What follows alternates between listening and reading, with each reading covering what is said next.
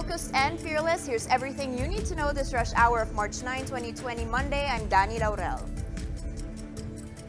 COVID-19 cases in the Philippines doubled over the weekend. The country now has 10 confirmed cases of the SARS-like disease. Malacanang is set to formally declare a public health emergency. JC Cosico tells us more. The Health Department has raised Code Red Sub-Level 1 alert over the coronavirus disease or COVID-19. This means concerned government agencies must expand their response to curb the spread of the infection. This is a preemptive call to ensure that national and local governments and public and private healthcare providers can prepare for possible increase in suspected and confirmed cases. The DOH has also asked Malacanang to declare a state of public health emergency. The DOH has recommended to the Office of the President for the declaration of a state of public health emergency, which will facilitate mobilization of resources, ease processes, including procurement of critical logistics and supplies, and intensifying reporting. The move came after the country's first local transmission of the SARS-like virus was confirmed on Saturday. A day later, the DOH reported 4 more cases, bringing the total number of confirmed infections to 10. One of them is a 38-year-old Taiwanese male who has no history of travel outside the country, but came in contact with an infected Taiwanese foreign national who visited the Philippines. The 8th case is a 32-year-old Filipino male who reportedly traveled to Japan within the past 14 days. An 86-year-old American male is also among the new cases. He has pre-existing hypertension and history of travel to the U.S. and South Korea. The 10th case, meanwhile, is a 57-year-old Filipino male with no history of travel outside of the country. Public establishments such as malls are now ramping up efforts to mitigate the outbreak. Temperature checks are now becoming a norm. Para ma-rule out din kung may fever nga yung papasok doon. At least somehow matatanggal yung mga may fever, hindi makakahawa. Some bus terminals are also providing alcohol and hand sanitizers to passengers. Para protection na rin, kailangan mag-ingat na lang tayo. Lahat maging malinis sa katawan. The Health Department is now asking Malacanang to declare a public health emergency after the country's confirmed cases doubled over the weekend. The palace says President Rodrigo Duterte is set to sign an executive order today to declare a public health emergency. For News 5, JC Cosico, we are One News. Here are other news related to the COVID-19 outbreak that we are keeping our eyes on. The DILG is now directing all local governments in Manila to activate their task forces. This is to help monitor and prevent the spread of the SARS-like disease in communities. What this means is that city governments are required to coordinate and, if needed, transport symptomatic persons to the nearest DOH referral facility for testing.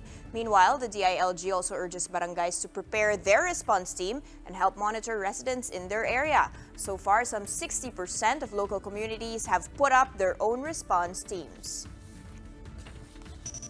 The city of Navotas suspends classes in all levels following the rise of COVID-19 cases. Mayor Toby Tiangco says the move is meant to protect students from contracting the disease. He is also asking schools to give their students passing grades as long as they have completed all requirements. Ano ba ibig sabihin ng ipasa? Liwanagin natin, no? Ibig sabihin, karamihan naman ng estudyante pasado, di ba? So kung ano yung current standing mo o kung ano yung grado mo ngayon, yun na magiging grado mo. Ang sinasabing ipasa is yung kokonti na as of now, hindi pa pasado, no?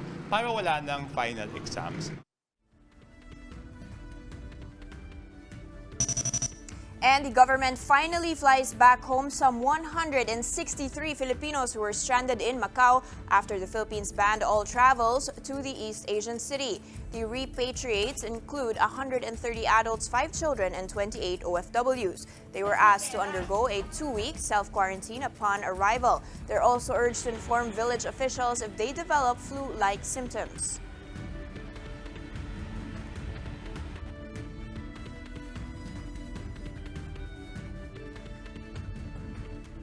Two of the country's new COVID-19 patients are a couple who live in Rizal. They are the first local transmission of the SARS-like disease in the country.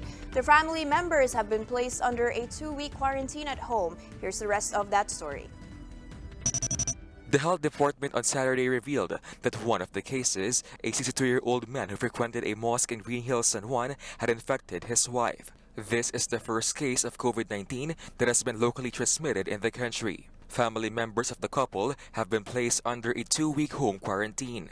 They also expressed initial alarm over the announcement that their parents are now part of the country's confirmed cases.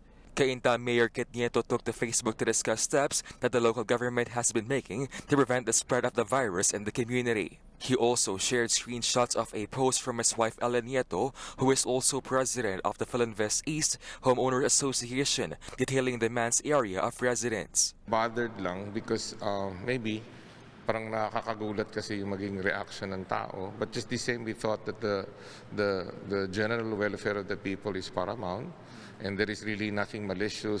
Nieto is now advising the patient's family members to abide by quarantine procedures. As I've said, there will always be some resistance in the sense that you are curtailing their freedom to move. But I think the general interest of the greater number of people is paramount, and they will have to respect the decision made by us and made by the Department of Health that they have to stay in the house and be quarantined. Nieto says some of the homeowners in the village are not too worried about going outside despite the confirmed case in their neighborhood. He says most of the time, the couple is in San Juan anyway. In fact, I've been president of this village for 13 years, and now my wife is the president, but I never really had the chance to meet him. So we don't really know his history, but he has not really been seen as someone who would mingle with the community. Hindi siya palalabas, sa bahay lang siya. Taxi drivers who roam the area say they would still try to get passengers in the village despite the threat of the infection. Medyo natatakot kasi matagal na kami rito. May mask naman ako. Siguro kung talagang darating, wala naman tayong gagawa dyan. Temperature checks and regular cleaning have been conducted in the village as preventive measure. Most of the Muslim residents in the area, as it turns out, also work in Green Hills, San Juan, and may have had contact with the couple one way or another. Classes are suspended in Cainta for the time being to give way for the local government to enforce other health safety measures. For News 5, JC Cosico, we are One News. Here are the biggest stories from the dailies. The Philippine Star reports that the government will not lock down areas where local transmissions of the coronavirus have been confirmed. Interior Secretary Eduardo Año said there's no such need for the move as the current alert level imposed does not call for it. Authorities, however, will intensify contact tracing of individuals that have interacted with the recently confirmed cases. And this from the Freeman, the Labor Department says now may be a good time for companies to implement more flexi-time work setup as the country grapples with COVID-19. Regional labor officials say rather than close down businesses and displace workers, they would rather adopt an alternative work scheme. And President Rodrigo Duterte will not suspend work in government agencies and classes amid the rise of the novel coronavirus infection in the country. Presidential spokesman Salvador Panelo said suspensions are not yet needed because government offices are not that crowded anyway.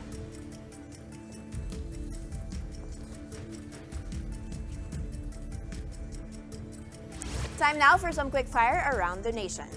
Mar Fajardo claims his record 6th straight PBA Most Valuable Player award in style. He rolled into the center stage of the Big Dome riding a scooter. Despite his injury, the 30-year-old pride of Pinamungajan, Cebu, was still in high spirits as he was welcomed by his fellow players. Para sa akin, yung MVP, hindi basehan dun para magiging greatest ka sa lahat. Mas marami pa yung nauna sa akin na daming championships na napanalo. So, pwede sila, walang problema sa akin kahit dapat sila yung tawagin na greatest. So, ako, okay na ako. Masali lang ako sa conversation, pero hindi ako yun. Even without the Kraken, San Miguel went on to dominate its opening game against Magnolia. The Beermen pummeled the Hotshot Boys 94-78, led by most improved player Mo Tautua, who scored double-double. Terence Romeo and Arwin Santos also chipped in double-digit outputs, giving the injured June Mar more reason to celebrate despite possibly sitting out the entire season. 5+ is now known as One Sports. The rebranded channel boasts of the deepest library of sports content that Filipinos love. It will also air live games of the PBA as well as matches of Gilas Pilipinas. Volleyball fans can also tune into the channel to catch their fix of the Philippine Superliga and the Spikers stuff. The channel also offers combat sports coverage.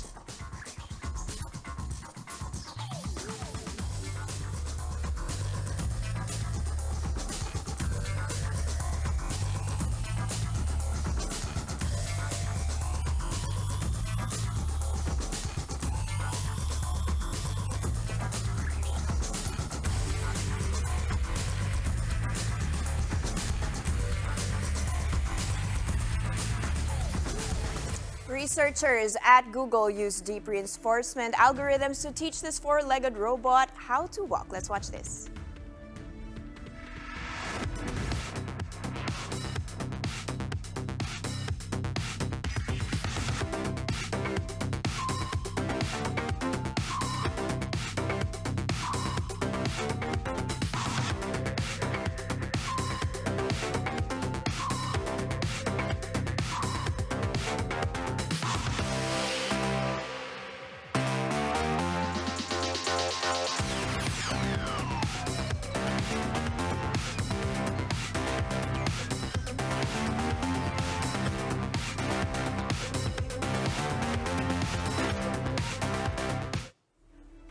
That's how the day is shaping up to be. Join us again next time for another round of Rush. I'm Danny Laurel. We are One News.